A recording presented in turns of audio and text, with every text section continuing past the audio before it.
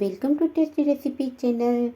આજે આપણે જુવારના ઇન્સ્ટન્ટ ઢોકળા બનાવીશું, જે પચવામાં એકદમ સહેલા અને હળવા હોય છે, તેમજ ગરમીની સિઝનમાં પેટમાં ઠંડક આપનાર, આરોગ્ય માટે ખૂબ જ ફાયદાકારક છે. આ ઢોકળાને આથો લાવવાની ઝંઝટ વગર ઇન્સ્ટન્ટ બનાવીશું, એકદમ પોચા રૂ જેવા અને અંદરથી સોફ્ટ. ઢોકળાનો સ્વાદ બમણો થઈ જાય એવી ટેસ્ટી ચટણી બનાવીશું. તો ચાલો આ હેલ્ધી અને ટેસ્ટી રેસીપી બનાવવાનું શરૂ કરીએ. જુવારના ઇન્સ્ટન્ટ ઢોકળા બનાવવા માટે 1 કપ જુવારનો લોટ લીધો છે, જેને ચાળી લીધો છે.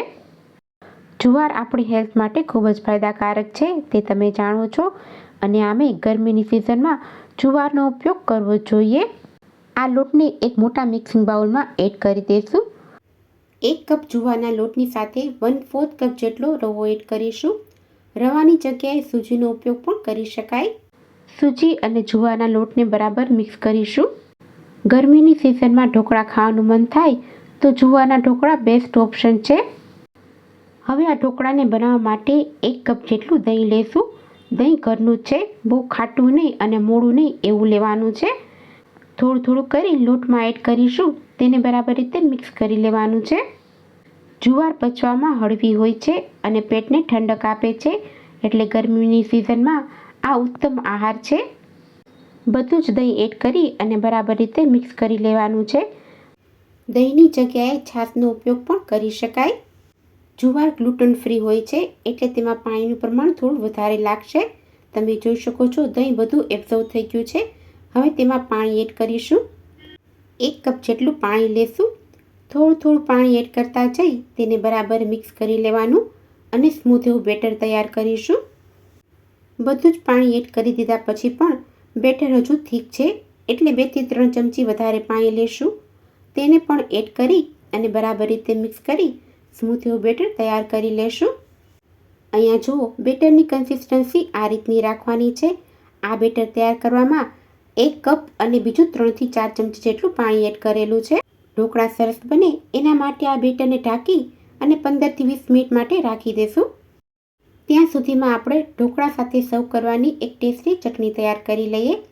તેના માટે મિક્સર જારમાં 3 મીડિયમ તીખા લીલા મરચાં લઈ તેને કટ કરી અને એડ કરીશું. તેની સાથે નાનો ટુકડો આદુનો, તેને પણ કટ કરીને એડ કરીશું. ચટણીને થીક બનાવવા માટે 2 ટેબલસ્પૂન જેટલી દાળિયાની દાળ એડ કરીશું. દાળિયાની દાળની જગ્યાએ સિંગદાણા પણ એડ કરી શકાય. 2 ટેબલસ્પૂન જેટલી કાચી કેરી એડ કરીશું. અત્યારે સિઝન છે, એટલે ખટાશ માટે હું કાચી કેરીનો ઉપયોગ કરું છું. તમે લીંબુનો ઉપયોગ પણ કરી શકો છો. 1 બાઉલ જેટલી ધાણા ભાજી એડ કરીશું. સ્વાદ પ્રમાણે નમક અને મીઠાશ માટે આપણે 1 ચમચી જેટલી ખાંડ એડ કરીશું. ચટણીનો એકદમ સરસ ગ્રીન કલર રહે તેના માટે 2 આઈસ ક્યુબ એડ કરી તેને એકદમ સ્મૂથ પીસી લેવાની છે. અહીંયા જુઓ, ચટણી એકદમ સ્મૂથ પીસી લીધી છે. આઈસ ક્યુબ એડ કરેલ હોવાથી તેનો કલર પણ એકદમ સરસ ગ્રીન આવેલો છે. આ ચટણીને સર્વિંગ બાઉલમાં એડ કરી દઈશું. ઢોકળા સાથે ખાવાની છે, એટલે બહુ થીક નહીં રાખવાની, મીડિયમ કન્સિસ્ટન્સી રાખીશું. ખટમીઠી ચટણી તૈયાર છે. ઢોકળા બનાવી એ પહેલાં એક થાળી લીધી છે, તેમાં તેલ એડ કરી તેને બરાબર ગ્રીસ કરી લેશું. 15 થી 20 મિનિટ પછી બેટર પણ બરાબર રીતે સેટ થઈ ગયું છે. તમે જોઈ શકો છો, એની કન્સિસ્ટન્સી આ રીતની રાખવાની છે. આ બેટરને પતલું નહીં કરવાનું, મીડિયમ થીક જ રાખવાનું. તેમાં સ્વાદ પ્રમાણે નમક એડ કરીશું. જો તમારે યલો ઢોકળા ખાવા હોય તો આ ટાઈમે હળદર પણ એડ કરી શકો છો. તેની સાથે 1 ટેબલસ્પૂન જેટલા આદુ અને મરચાં પીસી અને એડ કરીશું. જો તમારે લસણ નાખવું હોય તો આદુ અને મરચાંની સાથે પીસીને એડ કરી શકાય. ઢોકળા અંદરથી સોફ્ટ લાગે તેના માટે 1 ચમચી જેટલું તેલ એડ કરી અને આ બધી જ વસ્તુઓને બરાબર રીતે મિક્સ કરી લેવાની છે. આ પ્રોસેસ ચાલુ કરીએ તેની સાથે ગેસ પર તમારે ઢોકળાને સ્ટીમ કરવા માટે પાણી ગરમ મૂકી દેવાનું. આ ઢોકળાને આપણે આથા વગર ઇન્સ્ટન્ટ બનાવવા છે, તેના માટે 1 પાઉચ ઈનોનું લેશું. તેને બેટરમાં એડ કરી દઈશું. લેમન ફ્લેવરનો ઈનો પણ એડ કરી શકાય અને ઈનો ના હોય તો કુકિંગ સોડા પણ એડ કરી શકાય. ઈનોને એક્ટિવ કરવા માટે 1 ચમચી જેટલું પાણી એડ કરી તેને બરાબર રીતે મિક્સ કરી લેવાનું. બધું જ બરાબર મિક્સ થઈ જાય એટલે બેટરને થાળીમાં એડ કરી દેવાનું. તેના ઉપર થોડુંક લાલ મરચું પાવડર સ્પ્રિંકલ કરી દઈશું અને થોડોક મરી પાવડર પણ સ્પ્રિંકલ કરી દઈએ. કડાઈમાં પાણી ગરમ કરવા મૂકી દીધેલું હતું અને તેમાં એક સ્ટેન્ડ રાખેલું છે. હવે બેટરની તૈયાર કરેલી થાળી એમાં મૂકી દઈશું. તેને ઢાંકી અને 15થી 20 મિનિટ માટે કૂક કરી લેવાનું છે. 15થી 20 મિનિટ પછી આપણે ચેક કરી લઈએ. ચપ્પુ લઈ અને ચેક કરીશું. અહીંયા તમે જોઈ શકો છો ચપ્પુ એકદમ ક્લીન બહાર આવે છે, એટલે ઢોકળા બરાબર રીતે કૂક થઈ ગયા છે. થાળીને આપણે બહાર લઈ લેશું. આ ઢોકળાને તમે એમને પણ ખાઈ શકો છો તો પણ એટલા ટેસ્ટી લાગે છે. જો તમે ડાયટ કરતા હોય તો તેમાં પણ આનો ઉપયોગ કરી શકો છો. પણ આ ઢોકળાને એકદમ ટેસ્ટી બનાવવા માટે તેના ઉપર એક વઘાર કરી લઈએ. જેના માટે વઘારિયામાં 2 ચમચી જેટલું તેલ ગરમ કરી લીધું છે. તેમાં 1 ચમચી જેટલી રાઈ એડ કરીશું. તેની સાથે 1 મરચાંના નાના ટુકડા કરી તેને એડ કરીશું અને 1 ચમચી તલ, 5 ચમચી જેટલી હિંગ એડ કરી આ બધી જ વસ્તુઓને બરાબર રીતે મિક્સ કરી લેવાની. વઘાર સરસ કકડી જાય એટલે તેને ઢોકળા ઉપર એડ કરી દઈશું.